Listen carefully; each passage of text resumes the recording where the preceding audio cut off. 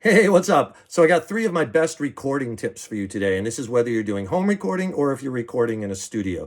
I think these three things will really help you to really capture that best performance, because that's what it's all about when you're recording, right? Getting that best possible performance, capturing that magic. Tip one, no matter what kind of tuner that you're using, whether it be a clip-on tuner or a strobe tuner, a floor pedal tuner, whatever tuner you're using, just remember that all tuners are a little bit different, right? They all might be calibrated a little bit different. They all might be a little bit different as far as their degree of accuracy. So make sure that all the musicians that you're playing with or all the instruments are tuned with the same tuner. So if you have another guitar player you're playing with, make sure he uses the same exact tuner you're using.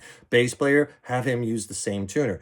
Because if you don't, those little variations you'll hear when you start layering those instruments together, it'll be something a little nagging that's just a little off, and that's really, really hard to fix later, if not impossible. So you want to make sure you're all using the same tuner. Secondly, when talking about stringed instruments, so important when you're recording, make sure your intonation is dead bang on. That's really, really important, because if your intonation is a little off and then you start layering your instruments together, you're going to hear something that's nagging you. It's going to be a little bit off. Something is just, and again, that's really hard to fix later. So, you want to make sure that when you're playing a note, like an open low E string, that's the same note at the 12th fret E string, that all your notes are the same on different places in guitar.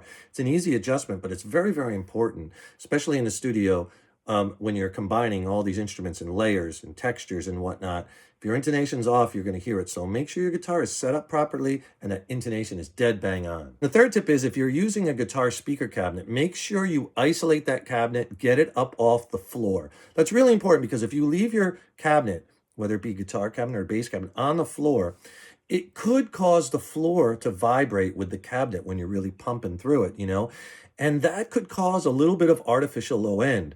And that could muddy your track a little bit. And that's really difficult to EQ out later. And a lot depends on the building that you're in and the type of floor and whatnot. But it's best to really isolate that cabinet. So either isolate it with like a moving blanket or get it up off the floor, right? Because you don't want that floor vibrating with the cabinet and giving you that artificial low end. Hope these tips help you along your musical recording journey. If you want to hear more like this, leave me a comment below. Please like and follow, and I'll see you next time. Rock on.